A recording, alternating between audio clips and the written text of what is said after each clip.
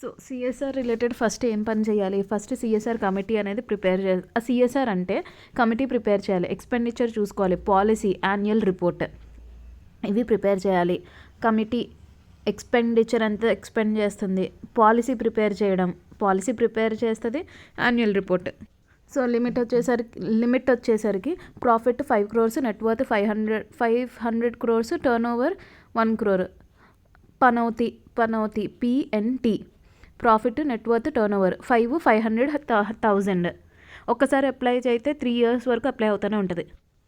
So CSR committee ఏం పనులు చేస్తుంది, దాని రోల్ ఏంటి? సిఎస్ఆర్ పాలసీ ఫార్మ్యులేట్ చేయడమే కాదు, దాన్ని రెగ్యులేట్ చేస్తుంది, మానిటర్ చేస్తుంది. దాన్ని రెగ్యులేషన్, మానిటర్, ఇంకా రికమెండ్ చేస్తుంది అనమాట ఈ పాలసీకి రిలేటెడ్ ఎక్స్పెండిచర్ ఎంత ఉండాలని చెప్పేసి. అండ్ ఇయర్ మొత్తానికి ఎలా యాన్యువల్ యాక్షన్ ప్లాన్ కూడా ఉంటుంది, ఇయర్ మొత్తానికి ఎంత ఉండాలనేది కూడా ఉంటుంది. నెక్స్ట్, అమౌంట్ ఎంతవరకు ఎక్స్పెండిచర్ అనేది స్పెండ్ చేయాలి? 3 years, ప్రిసీడింగ్ 3 years యొక్క net profit 2% average, 2% average of net profit of preceding 3 financial years. ఇక్కడ నెట్ ప్రాఫిట్లో ఏమేమి ఇంక్లూడ్ కాదంటే ఏదైనా dividend from the company which is under section 135 కంప్లయింగ్. అంటే ఫర్ ఎగ్జాంపుల్ ఇప్పుడు రిలయన్స్ ఉంది, టాటా ఉంది. రిలయన్స్ నుంచి టాటాకి డబ్బులు వచ్చినాయి అనమాట. రిలయన్స్ షేర్ కొనడం వల్ల టాటాకి డబ్బులు వచ్చిందనుకో, రిలయన్స్ ఆల్రెడీ అండర్ సెక్షన్ 135 ఉంది కదా, అదే ఆల్రెడీ పే చేసి ఉంటుంది అనమాట నెట్ ప్రాఫిట్ పైన. అంటే ఆ వచ్చిన అమౌంట్ పైన ఆల్రెడీ పే చేసి ఉంటుంది, దాని డివిడెంటే ఇస్తున్నారు టాటాకి. సో ఇది మళ్ళీ చేయాల్సిన అవసరం లేదనమాట. ఇలా క్యాస్కేడింగ్ ఎఫెక్ట్ అవ్వకుండా ఉండాలని చెప్పేసి ఈ నెట్ ప్రాఫిట్లో ఈ అమౌంట్ అనేది ఇంక్లూడ్ చేయలేదు. And also profit from the overseas branch, న్యూయార్క్లో ఏదైనా అవుతుందనుకో, న్యూయార్క్ పనులే ఉంటాయి కదా, ఇక్కడ ఎందుకు అవసరం లేదు. So amount 2% of average net profit of preceding 3 financial year. ఇప్పుడు సిఎస్ఆర్ తీసుకుందాం. సిఎస్ఆర్ ఏంటి? ఫర్ ఎగ్జాంపుల్ సిఎస్ఆర్ ఎక్స్పెండిచర్ ఏదైతే చేస్తున్నామో అది 1.60 వచ్చింది. ఇందాక 2% ఆఫ్ యావరేజ్ నెట్ ప్రాఫిట్ అని చెప్పేసి అన్నాను కదా. ఒక హాస్పిటల్, ఒక స్కూల్ కట్టడానికి అన్నట్టు అనుకున్నాము. ఇప్పుడు హాస్పిటల్ కట్టడానికి ఇన్ టోటల్ 3 crores అవుతుంది. నేను 3 crores కన్నా ఇంకా ఎక్కువే చేశాను అనమాట. ఇప్పుడు 3 crores చేశాను. యాక్చువల్గా ఎంత? 1.6 crores, కానీ 3 crores అంటే నేను ఎక్సెస్ పెట్టాను. ఎక్సెస్ పెట్టినప్పుడు ఏంటి, ఆ ఎక్సెస్ పెట్టిన అమౌంట్ ఏదైతే ఉందో నేను 3 years వరకు సెట్ ఆఫ్ చేసుకోవడానికి కుదురుతుంది. ఇది ఎక్సెస్ టైంలో. అదే ఇప్పుడు నార్మల్గా అనుకుందాం, 1.6 crores మన దగ్గర సిఎస్ఆర్ ఎక్స్పెండిచర్, అదే 2% ఆఫ్ యావరేజ్ నెట్ ప్రాఫిట్. ఇప్పుడు అది కాకుండా నేను స్కూల్కి 1 crore పెడుతున్నాను. అప్పుడు ఎలా చేసుకుంటాము? రిమైనింగ్ అమౌంట్ ఏదైతే ఉందో, అంటే 1.6 crores కదా, నేను ఓన్లీ 1 crore స్పెండ్ చేశాను. 60 lakhs ఉంది. ఆ 60 lakhs నా ప్రాఫిట్ అనుకోకూడదు అనమాట. ఆ 60 lakhsని మనం ఎలా ట్రీట్ చేస్తామో చూస్తాం. అంటే లెస్ ఖర్చు పెట్టినప్పుడు ఎలాగా? ఇన్ కేస్ ఇప్పుడు ఏదైతే ఇందాక నేను 60 lakhs అని చెప్పాను కదా, ఆ అమౌంట్ ఇప్పుడు ఆన్గోయింగ్ ప్రాజెక్ట్లో ఉందా, ఆన్గోయింగ్ ప్రాజెక్ట్లో లేదా అని చెప్పేసి చూసుకోవాలన్నమాట. ఆన్గోయింగ్ ప్రాజెక్ట్ అంటే ఇంకా నడుస్తుంది కదా, 3 years వరకు టైం ఉంది. సో 3 years వరకు టైం ఉంది కాబట్టి దాన్ని ఒక అన్స్పెండ్ సిఎస్ఆర్ అకౌంట్లో వేసుకోవాలి. సో అన్స్పెండ్ సిఎస్ఆర్ అకౌంట్ అంటే within 30 days from the end of the financial year ఒక అన్స్పెండ్ సిఎస్ఆర్ అకౌంట్ క్రియేట్ చేసి అందులో ఆ మిగిలిన 60 lakhs అనేది వేసుకోవాలి. ఇన్ కేస్ నాది ఆన్గోయింగ్ ప్రాజెక్ట్ కాదు, అప్పుడు transfer to the fund which is under Schedule 7. Schedule 7లో ఏమేమి ఉన్నాయో వాటిల్లో ఎప్పుడైనా ట్రాన్స్ఫర్ చేయొచ్చు within 6 months from the end of the financial year. ఇప్పుడు ఏంటి, ఇందాక మనం ఏం చదివా ఇప్పటి వరకు? సిఎస్ఆర్ ఎక్స్పెండిచర్ అన్నాను. సిఎస్ఆర్ ఎక్స్పెండిచర్ ఎంత? 2% ఆఫ్ యావరేజ్ నెట్ ప్రాఫిట్ అంటున్నా. 2% ఆఫ్ యావరేజ్ నెట్ ప్రాఫిట్ మనకి ఎలా వచ్చింది? ఇప్పుడు వచ్చిన మనీ ఒక్కొక్కసారి ఎక్సెస్ స్పెండ్ చేయొచ్చు, ఒక్కొక్కసారి తక్కువ స్పెండ్ చేయొచ్చు అనమాట. ఎక్సెస్ స్పెండ్ చేస్తే ఎలాగా, తక్కువ స్పెండ్ చేస్తే ఎలాగా? ఎక్సెస్ స్పెండ్ చేశాను అనుకో, ఉండాల్సిన దానికన్నా ఎక్సెస్ స్పెండ్ చేస్తే నేను నెక్స్ట్ 3 yearsలో ఎప్పుడైనా సరే సెట్ ఆఫ్ చేసుకోవచ్చు. దానికి 3 years టైం ఇచ్చారనమాట. 3 years వరకు సెట్ ఆఫ్ చేసుకోవచ్చు. అది ఎక్సెస్కి సంబంధించింది. ఇన్ కేసు నేను సిఎస్ఆర్ ఎక్స్పెండిచర్ ఏదైతే చేయాలో దానికన్నా తక్కువ పెట్టాను, అప్పుడు ఏం చేయాలి? నేనేం చెక్ చేయాలి? నా ప్రాజెక్ట్ ఏదైతే ఉందో అది ఆన్గోయింగ్ ప్రాజెక్టా లేకపోతే అదర్వైజా చెక్ చేసుకోవాలి. ఇన్ కేస్ ఆన్గోయింగ్ ప్రాజెక్ట్ అనుకో, ఆల్రెడీ నీకు తెలుసు ఆన్గోయింగ్ అని చెప్పి నడుస్తుందని తెలుసు. సో దానికి ఏంటి, within 30 days of the end of the financial year, within 30 daysలోనే నీకు ఎండ్ అయిన 30 days లోపలే వెంటనే అన్స్పెండ్ సిఎస్ఆర్ అకౌంట్లో వేసేసుకోవాలి. ఎందుకంటే ఆన్గోయింగ్ ప్రాజెక్ట్ అని నీకు ముందే తెలుసు కదా, అందుకే ముందే వచ్చేస్తుంది వితిన్ 30 daysలోనే. అదే ఆన్గోయింగ్ ప్రాజెక్ట్ కాదు, అప్పుడు విత్ Schedule 7 ప్రకారం నువ్వు ఆ డబ్బులన్నీ వేసేసుకోవాలన్నమాట. దాన్ని within 6 months from the end of the financial year. అందుకు ఇక్కడ 6 months టైం ఇచ్చారు, ఎక్స్ట్రా టైం, కొంచెం ఎక్కువ టైం. ఇప్పుడు నేను సిఎస్ఆర్ యాక్టివిటీ అంటున్నాను. సో సిఎస్ఆర్ యాక్టివిటీ ఏదైతే నేను ఎలా ఎలా ఇంప్లిమెంట్ చేయగలను, ఒకటి డైరెక్ట్ ఛానల్, ఒకటి ఇండైరెక్ట్ ఛానల్ అన్నట్టు అనుకోవచ్చు. డైరెక్ట్ అంటే ఏంటి, నా కంపెనీ ఏదైతే ఉందో డైరెక్ట్గా నేను ఎనీ సెక్షన్ 8 కంపెనీ, నాకు సంబంధించిన సెక్షన్ 8 కంపెనీకి కానీ, ట్రస్ట్కి కానీ, సొసైటీ కానీ, established by the company singly or with any other company, అందులో నేను సిఎస్ఆర్ యాక్టివిటీ అనేది పెట్టగలను. అదే నేను ఇప్పుడు నాకు తెలిసిన వాళ్ళు ఎవరు లేరు, నేను బయట వాళ్ళకి ఇస్తున్నాను. ఎనీ అదర్ సెక్షన్ 8 కంపెనీకి, ట్రస్ట్ కానీ, సొసైటీ కానీ, ఎస్టాబ్లిష్డ్ బై ద సెంట్రల్ గవర్నమెంట్కి ఇచ్చాను అనుకో, దెన్ ఎలాంటి కండిషన్స్ అనేది అవసరం లేదు. కానీ నేను బయటే ఇస్తున్నాను, సెంట్రల్ గవర్నమెంట్ కాదు, ఎనీ అదర్ పర్సన్, అంటే any other section 8 trust society established by any other person. For example being human అనుకుందాం, సల్మాన్ ఖాన్ స్టార్ట్ చేసింది. దెన్ నేను ఏం చెక్ చేస్తాను, track record of carrying similar activities in last 3 years. ఇప్పుడు నేను school కట్టాలనుకుంటున్నాను కాబట్టి ట్రాక్ రికార్డ్ చెక్ చేస్తాను అనమాట. బీయింగ్ హ్యూమన్ ఏమైనా కన్స్ట్రక్షన్ ఆఫ్ స్కూల్ చేసిందా లేదా అని చెప్పేసి. Track record of carrying similar activities in the last 3 years. Last 3 yearsలో కూడా క్యారీ చేసి ఉండాలి ఆ ఎనీ అదర్ పర్సన్ అయితేనే. అదే సెంట్రల్ గవర్నమెంట్కి అయితే ఇలాంటి కండిషన్స్ ఏం అవసరం లేదు. సరే, ఇప్పుడు నేను బీయింగ్ హ్యూమన్ అన్నాను. బీయింగ్ హ్యూమన్కి ఇంకా నేను ఏమేమి చెక్ చేస్తాను, ఫస్ట్ సిఎస్ఆర్ రిజిస్ట్రేషన్ నెంబర్ ఉందా లేదా అనేది చెక్ చేస్తాను. సిఎస్ఆర్ రిజిస్ట్రేషన్ నెంబర్ ఎలాగొస్తుంది, ఆ బీయింగ్ హ్యూమన్కి shall have it CSR registration done with the CG. అది ఎలా వస్తుందంటే by making an application electronically in CSR 1. అది సిఎస్ఆర్ 1లో ఎలక్ట్రానికల్గా సబ్మిట్ చేస్తుంది. ఎలక్ట్రానికల్గా ఏమేంటి, సబ్మిషన్ చేయాలి, సైనింగ్ కూడా ఎలక్ట్రానికల్గానే జరగాలి. And it must be attested, ఆ సైన్ ఏదైతే అన్నీ కూడా it must be attested by CMA in practice. అప్పుడు అది అలాగిస్తే సిఎస్ఆర్ 1లో ఇస్తే యూనిక్ సిఎస్ఆర్ నెంబర్ వస్తుంది అప్పుడు. సో ఇప్పుడు ఏంటి, బీయింగ్ హ్యూమన్ సిఎస్ఆర్ రిజిస్ట్రేషన్ కావాలంటే మనం ఏం చెప్పాం, సిఎస్ఆర్ 1లో ఫామ్ ఇవ్వాలి which must be filed electronically and signed electronically attested by CMA. అప్పుడు ఇచ్చాక సిఎస్ఆర్ ఏంటి, unique registration number will be generated. ఇప్పుడు నేను బీయింగ్ హ్యూమన్ ఆర్ ఇప్పుడు నేను company can collaborate with any other company so that చేయొచ్చా చేయకూడదా, రిలయన్స్ అదానీతో ఇప్పుడు కంబైన్ చేయాలనుకుంటుంది, లేకపోతే టాటా రిలయన్స్ ఇద్దరు కలిపి సిఎస్ఆర్ యాక్టివిటీ చేయాలనుకుంటుంది. అలా చేయొచ్చా చేయకూడదా అంటే చేయొచ్చు. కానీ ఏంటంటే 2 separate రిపోర్ట్స్ అంటే ఎవరిది వాళ్ళది ఉండాలి, సెపరేట్ రిపోర్ట్ ఉండాలి. ఎందుకంటే ఎవరిది వాళ్ళదే 2% అనేది కౌంట్ చేస్తారు కదా. So that the CSR committee of every company can report separately. CSR report of every company should be reported separately అని చెప్పేసి రాసేయచ్చు. ఇంకా అలాగే ఇంటర్నేషనల్ ఆర్గనైజేషన్తో కూడా చేయొచ్చు. సో ఇప్పుడు వరకు ఏం చదివాం ఇందులో, సో నేను సిఎస్ఆర్ పాలసీ చేయాలంటే ఏదో నా ద్వారా కూడా చేయొచ్చు. అంటే ఎనీ సెక్షన్ 8 కంపెనీ, ట్రస్ట్, నా society established by the company either singly or with any other company అలా కూడా చేయొచ్చు. లేకపోతే నేను సేమ్ ఇదే ఎనీ అదర్ సెక్షన్, ఇక్కడేంటి బయట సెక్షన్ 8 కంపెనీకి కానీ, బయట ట్రస్ట్కి కానీ, బయట సొసైటీకి కానీ ఎస్టాబ్లిష్డ్ బై, అది ఎవరు ఎస్టాబ్లిష్ చేయాలి సెక్షన్ 8 ట్రస్ట్ సొసైటీ కానీ, if it is established by central government, state government, నేను ఇచ్చేయచ్చు అనమాట సిఎస్ఆర్ పాలసీకి. కానీ అదే section 8 trust society if it is established by the any other person అయితే నేను కొన్ని చెక్ చేసుకుంటాను. ఏంటది, first track record of last 3 years ఉందా లేదా, యాక్టివిటీస్ ఏవైతే ఉన్నాయో, నెక్స్ట్ సిఎస్ఆర్ రిజిస్ట్రేషన్ నెంబర్ అనేది ఉందా లేదా అనేది చెక్ చేసుకుంటాను. ఈ 2. ఇప్పుడు ఒక ఎగ్జాంపుల్ తీసుకుందాం. ఇక్కడ ఏంటి, తోషిబా కంపెనీ జపాన్లో ఉంది, అదే సబ్సిడరీ వచ్చేసరికి దానికి ఇండియాలో ఉంది. ఇండియాలో ఉన్న సబ్సిడరీకి సిఎస్ఆర్ యాక్టివిటీ చెయ్యాలి. తోషిబా హోల్డింగ్ కంపెనీ ఏదైతే ఉందో అది డైరెక్ట్గా సిఎస్ఆర్ యాక్టివిటీ ఒక హాస్పిటల్ పెడదాం అనుకుందనమాట ఇండియాలో. తోషిబా హోల్డింగ్ కంపెనీ పెట్టినా సరే, లేకపోతే సబ్సిడరీ కంపెనీ పెట్టినా సరే ఒకటే కదా, దాని హోల్డింగే పెడుతుంది కదా. సో ఇక్కడ డీమ్డ్ ఇక్కడ మళ్ళీ ఇండియన్ కంపెనీ ఏదైతే సబ్సిడరీ ఉందో దాన్ని పెట్టాలి అని చెప్పడానికి లేదనమాట. It is deemed CSR. Subsidiary పెట్టినా హోల్డింగ్ పెట్టినా ఒకటే కాబట్టి ఇక్కడ ఇండియన్ కంపెనీ పెట్టాల్సిన అవసరం లేదు. డైరెక్ట్గా జపాన్ కంపెనీ పెట్టినా సరే ఇక్కడ ఓకే. సో సిఎస్ఆర్ పాలసీలో ఏమేమి వస్తాయంటే, ఇందాక మనం చదివాం కదా, CSR spent by the foreign holding shall be deemed to be CSR of Indian subsidiary, అది కూడా సిఎస్ఆర్లోకే వస్తుంది. Schedule 7లో ఏమేమి ఉన్నాయో అవి సిఎస్ఆర్కి వస్తుంది. ఇంకొకసారి ఏంటంటే ఎంప్లాయీ సిఎస్ఆర్ యాక్టివిటీలో చేయడానికి కొంత మనీ ఇస్తారు, అది కూడా వస్తుంది. amount on the capital asset acquired or created held by the section 8 trust or the society having CSR registration number. దీనికి ఎగ్జాంపుల్ ఏంటంటే, ఫర్ ఎగ్జాంపుల్ ఇప్పుడు నేను ఏదైనా అపార్ట్మెంట్ కడదాం అనుకుంటున్నాను పూర్ పీపుల్ కోసం. ఆ అపార్ట్మెంట్ కట్టడం ఏదైతే ఉందో అది క్యాపిటల్ ఎసెటే కదా. నేను ఎంత అమౌంట్ అయితే స్పెండ్ చేస్తున్నానో capital asset which is acquired or created నేను ఇస్తానన్నమాట ఆ మనీ ఏదర్ నేనైనా డైరెక్ట్గా ఇవ్వచ్చు, లేకపోతే it could be held by the section 8 అదే బెనిఫిషియరీస్ అంటే లైక్ సెక్షన్ 8 కంపెనీ బీయింగ్ హ్యూమన్కి కూడా ఇవ్వచ్చు కదా, హ్యావింగ్ సిఎస్ఆర్ నెంబర్. అలా కూడా ఇచ్చినా సరే అది సిఎస్ఆర్లోకే వస్తుంది అన్నట్టు చెప్పడం, అంతే, సింపుల్గా ఏం లేదు. నేను డైరెక్ట్గా క్యాపిటల్ ఎక్స్పెండిచర్ కోసం ఇచ్చినా సరే సిఎస్ఆర్ అవుతుంది, నేను బీయింగ్ హ్యూమన్కి ఇచ్చినా సరే అది సిఎస్ఆర్ అవుతుంది.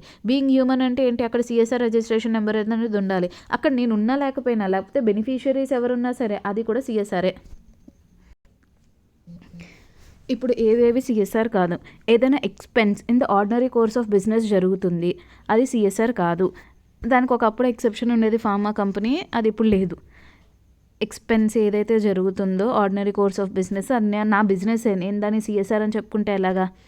Any expense out side India జరుగుతుంది, అది కూడా సిఎస్ఆర్ కాదు. నువ్వు చేస్తే ఇండియన్ వాళ్ళకి చేయాలి కానీ బయట సైడ్ వాళ్ళకి ఎలా చేస్తావు. దీంట్లో ఎక్సెప్షన్ ఏముందంటే, except the training outside India of the sports personnel presenting India state or UT. ఎవరికైతే ఇప్పుడు ఫర్ ఎగ్జాంపుల్ టాటా స్టీల్ వాళ్ళు ఏంటంటే నీరజ్ చోప్రాని ట్రైనింగ్ కోసం ఏవైతే ఖర్చులు ఉన్నాయో అవి అవుట్ సైడ్ ఇండియాలో ఉంది, అవి పెడుతుందన్నమాట Tata steel. Training outside India of sports personal representing India state or union territory. Neeraj Chopra he is representing India state and outside union territory కదా. సో వాడి కోసం ట్రైనింగ్కి ఏదైనా అవుట్ సైడ్ ఇండియాలో పెట్టినా సరే ఇట్ ఈజ్ వ్యాలిడ్, అది సిఎస్ఆర్ యాక్టివిటీలోకే వస్తుంది. నెక్స్ట్, ఏదైనా పొలిటికల్ కాంట్రిబ్యూషన్ చేసినా సరే ఇది సిఎస్ఆర్ యాక్టివిటీ కాదు. బెనిఫిటింగ్ ఎంప్లాయీ కోసం ఏదైనా చేసినా సరే సిఎస్ఆర్ యాక్టివిటీ కాదు. Expense deriving the market benefits on the sponsorship బేసిస్లో నా కంపెనీ పేరు పెద్దగా స్పాన్సర్షిప్ బేసిస్లో పెట్టినా సరే అది మార్కెటింగ్ కాదు. పేమెంట్ ఆన్ స్టాట్యూటరీ ఆబ్లిగేషన్స్, ఏదైనా స్టాట్యూటరీ ఆబ్లిగేషన్ కోసం చేస్తున్నావు అంటే అది స్టాట్యూటరీగా చెప్పింది కాబట్టి నువ్వు చేస్తున్నావు, కానీ నీ అంతటా నువ్వు చేయట్లేదు కాబట్టి అది సిఎస్ఆర్ కాదు. స్టాట్యూటరీ ఆబ్లిగేషన్ అంటే ఫర్ ఎగ్జాంపుల్ ఇప్పుడు బోనస్ ఇవ్వాలి, బోనస్ యాక్ట్ ప్రకారం బోనస్ ఇచ్చి నేను సిఎస్ఆర్ చేస్తున్నా అంటే ఎలాగా, సో అది కుదరదు. సో ఇవన్నమాట ఏమేమి సిఎస్ఆర్ కాదు. ఆర్డినరీ కోర్స్ ఆఫ్ బిజినెస్లో ఏదైనా చేస్తున్నా సిఎస్ఆర్ కాదు. పేమెంట్ బోనస్ ఒకేసారి అనుకుందాం, పేమెంట్ బోనస్ ఏదైనా పేమెంట్ చేస్తున్నాం ఆన్ ద స్టాట్యూటరీ ఆబ్లిగేషన్స్, అది కూడా కాదు. బెనిఫిటింగ్ ఎంప్లాయీ కోసం ఏదైనా చేస్తున్న సిఎస్ఆర్ కాదు.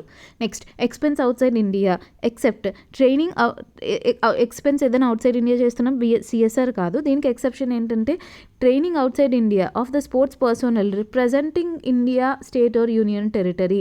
వాడి కోసం ఏమైనా ఖర్చు పెడుతున్న sports personal who is representing India state or union territory, వాళ్ళ కోసం ట్రైనింగ్ అవుట్ సైడ్ ఇండియా ఏదైనా జరుగుతున్నా సరే it is CSR. Political contribution ఏదైనా చేస్తుంటే సిఎస్ఆర్ కాదు.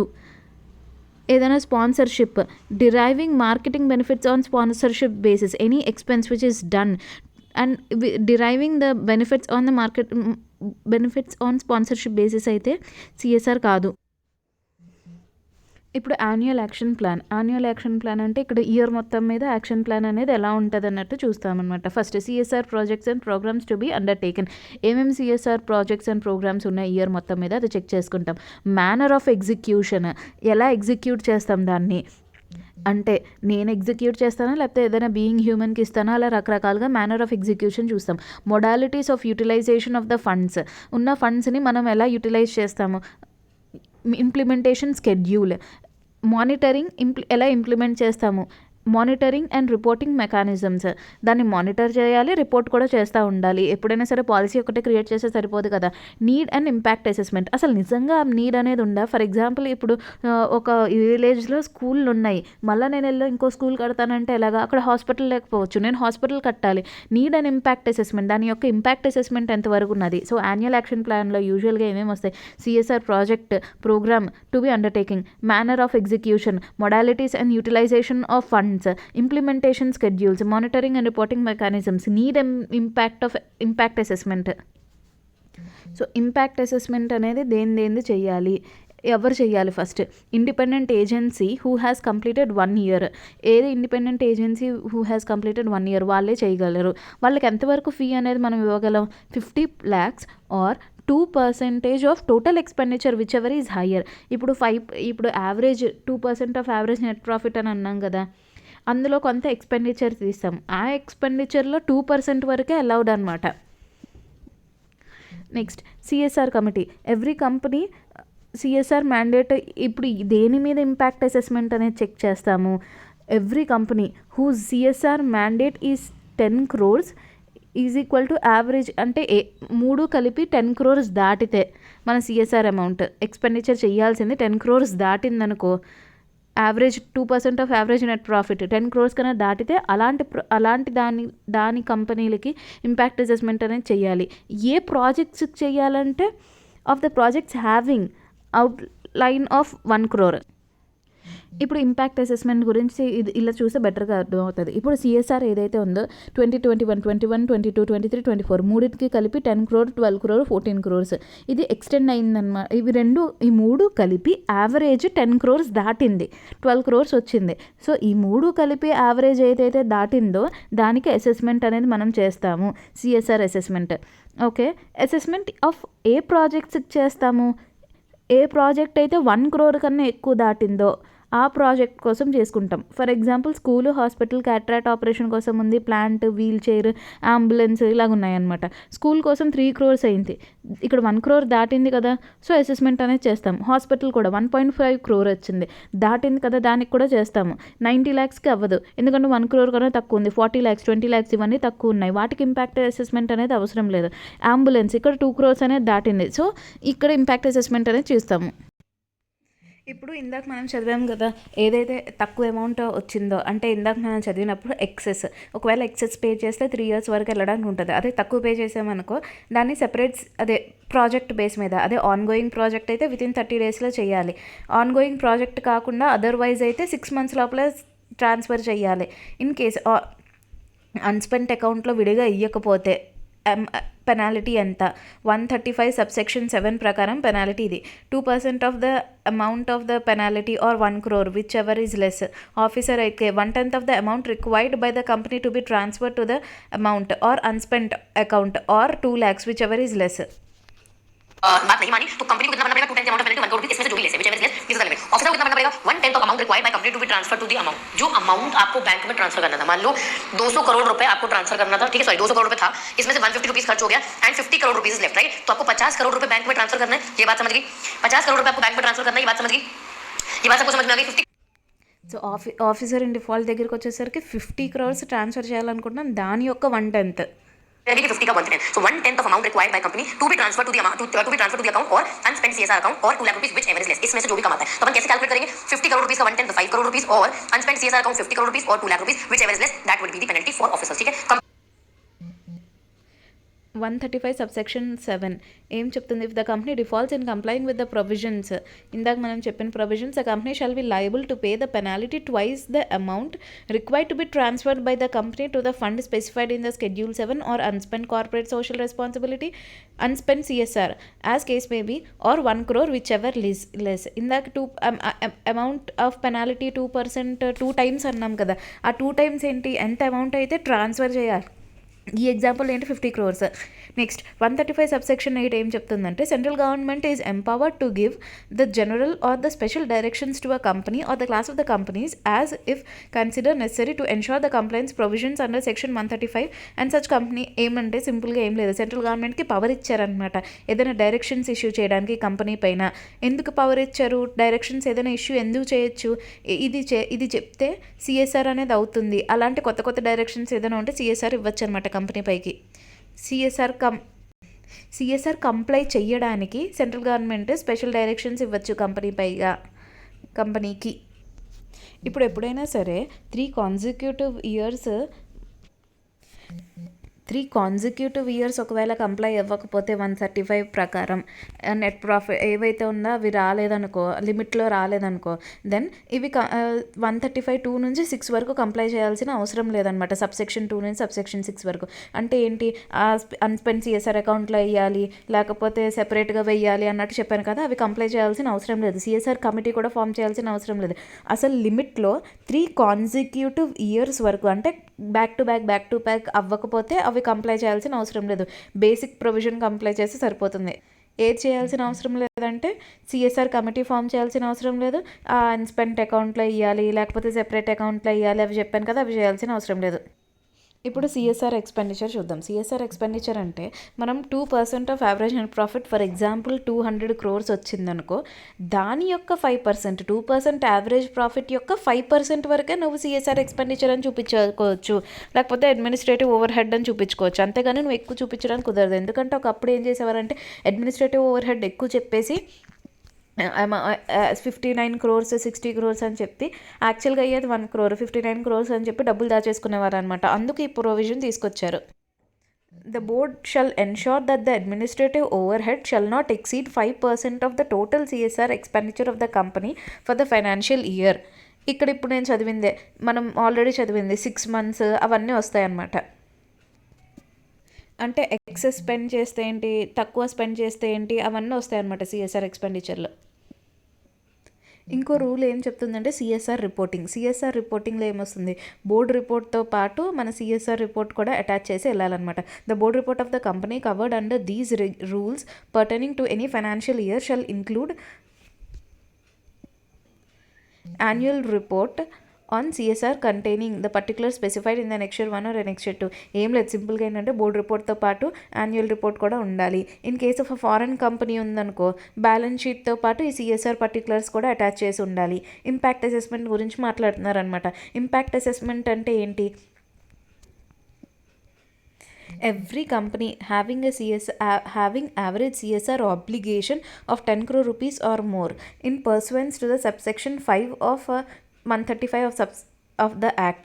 ఏం లేదు, every company having a CSR obligation of 10 crore rupees or more, దేనికైతే CSR obligation 10 crore rupees or more ఉంది, in the 3 immediately preceding financial years, ప్రతి 3 అదే మనం ఇందాక 21, 22, 23, 24 అన్నిట్లో చూసాం కదా, 3 yearsలోను 3 preceding yearsలోను సిఎస్ఆర్ ఆబ్లిగేషన్ 10 crore దాటుంది, 10 crore ఆర్ మోర్ దాటుంది, షల్ అండర్టేక్, అలాంటి కంపెనీ ఏదైతే ఉందో shall undertake the impact assessment through independent agencies of their CSR projects having the outlays of 1 crore rupees or more, having outlays, CSR projects having the outlays of 1 crore or more, CSR project ఏదైతే ఉందో 1 crore or more అయి ఉండాలి, and ఆ point అక్కడ చదవలేదు, and which have been completed not less than 1 year before undertaking the impact study, and which have not completed not less than 1 year, and అంటే at least 1 year అయినా ఉండాలి, 1 crore దాటి ఉండాలి,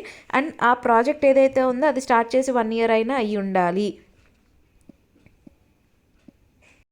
At least a company undertaking the impact assessment may book the expenditure towards the corporate social responsibility for that financial year, which shall not exceed 5% of the total CSR expenditure for the financial year or 50 lakhs, whichever is less. So 5% of total CSR expenditure అంటే మనం ఇందాక administrative over head చదివాం కదా, ఇంచుమించు అంతవరకే ఉండాలి. కాదు, administrative over head ఏం చెప్తుంది, 2% యొక్క 5% అని చెప్తుంది. ఇదేంటి, which shall not exceed 5% of total CSR expenditure for that financial years or 50 lakhs, which ever is less.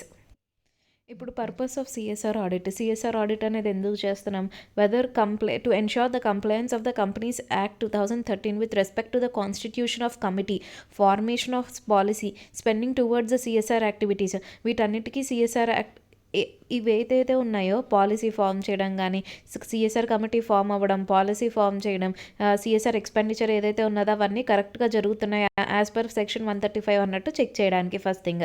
Next, transparent and monitoring mechanism ఉందా లేదా, ఎవరైనా చూస్తున్నారో చూడట్లేదా. Assess the life cycle of the CSR project, ఈ CSR project ఎన్ని years వరకు నడుస్తుంది ఏదైతే తీసుకున్నారో, assess the life cycle of CSR project, అదే ఎన్ని ఇయర్స్ వరకు నడుస్తుంది సిఎస్ఆర్ ప్రాజెక్ట్ అని తెలుసుకోవడానికి. To financially review the projects and confirm that the budget has been utilized for desiring outcomes. Financial review of the project and confirm the budget utilization. To evaluate the internal control and corporate governance framework. ఇప్పుడు methods of CSR audit. CSR ఆడిట్లో ఏంటి, first CSR policy అనేది first CSR committee అనేది form చేశారా లేదా, వాళ్ళు policy prepare చేశారా, governance structure, monitoring mechanism ఏమైనా ఉందా లేదా, ఎవాల్యుయేషన్, రిపోర్టింగ్ ఇవన్నీ ఎలా జరుగుతున్నామో అవి ఫస్ట్ చెక్ చేస్తాం. కంపెనీకి రిలేటెడ్ అని చెక్ చేస్తున్నాం. కంపెనీ ఏమంటుంది, ఆబ్వియస్గా నేను పాలసీ ఫాలో అవుతున్నాను, కమిటీ అనేది ఫామ్ చేశాను అవన్నీ చెప్తుంది. కానీ అది కరెక్ట్గా జరుగుతుందా లేదా అనేది మనం ఎలా చేస్తాము, బెనిఫిషియరీస్ ఐడెంటిఫికేషన్ చేస్తాం అనమాట. బెనిఫిషియరీస్ వెళ్ళి అడుగుతాం. Review of the beneficiary identification, selection process, budget allocation for the CSR activity ఎంతవరకు అయింది, ఇంటరాక్ట్ విత్ ద బెనిఫిషియరీస్. ఒక్కొక్కసారి బెనిఫిషియరీస్తో ఇంటరాక్షన్ కుదరకపోతే ప్రాజెక్ట్ టీమ్తో కానీ, మేనేజ్మెంట్తో కానీ, అదర్ స్టేక్ హోల్డర్స్తో వీళ్ళతో ఇంటరాక్షన్ చేస్తామన్నమాట. First review of beneficiary identification చేస్తాము. బడ్జెట్ అలొకేషన్స్ ఎక్కడికి వెళ్ళింది అవన్నీ చూస్తాం ఫస్ట్ రివ్యూ. దాని తర్వాత వాళ్ళతో ఇంటరాక్ట్ అవుతాము. ఇంటరాక్ట్ అయితేనే కదా మనకి నిజంగా అయిందో లేదో అనేది తెలుస్తుంది. Next review of CSR expenditure and identify the genuineness for the reasons not spending for minimum 2% of the profit in the CSR activity.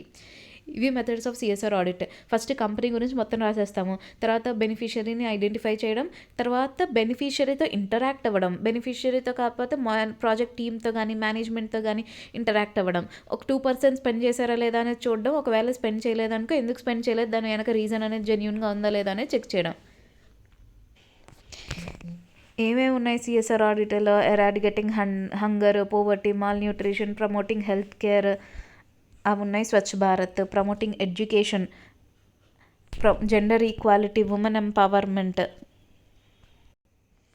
Eradicating hunger, poverty, malnutrition, promoting education, vocational skill, general equality, environmental protection of the flora, fauna, animal, natural resources protection ఏదైనా సరే, protection of natural heritage culture, taking measures for the benefit of armed forces, war widows, contribution to the Prime Minister Relief Fund, rural development projects, slum area project, disaster management including the relief, rehabilitation and reconstruction. So ఈ activities అనేవి గుర్తుంచుకోవాలి. ఎందుకు ఈ activities గుర్తుంచుకోవాలంటే government సోచ్ సమజ్కే ఈ activities రఖా high. ఏంటంటే ఇందులో కొంచెం tax benefit ఏదైతే ఉందో, contribution to minimum prime minister natural relief fund, వీటిలో యూజువల్గా సిఎస్ఆర్ ఎక్స్పెండిచర్ కోసం అయితే డిడక్షన్ కోసం అలౌడ్ లేదు. 80Cలో 80Bలో అదే అందులో డిడక్షన్ తీసుకోవడానికి లేదు. కానీ ప్రైమ్ మినిస్టర్ నేషనల్ ఫండ్ వీటిల్లో పెట్టామంటే డిడక్షన్ తీసుకోవడానికి ఎలిజిబిలిటీ ఉంది.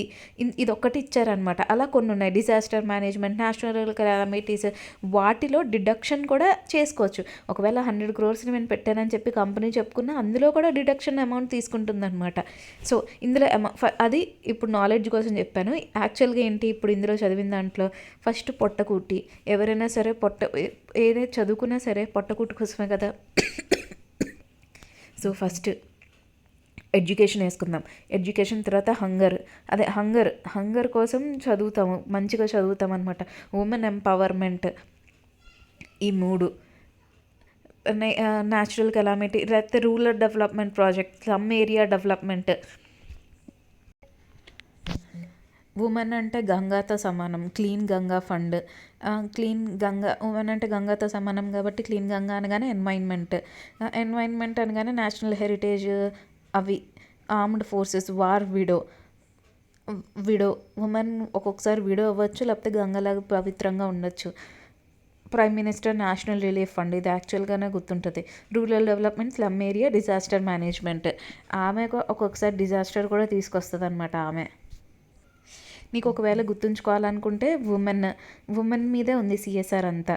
ఎలాగా, ఫస్ట్ ఎవరైనా సరే పొట్టగూటి కోసమే చేసుకుంటారు. తర్వాత పొట్టగూటి కోసం చదవడం మొదలెడతారు. చదువు అనేది అందరికీ ఇంపార్టెంటే, అందరికీ ఈక్వల్గా ఉండాలి.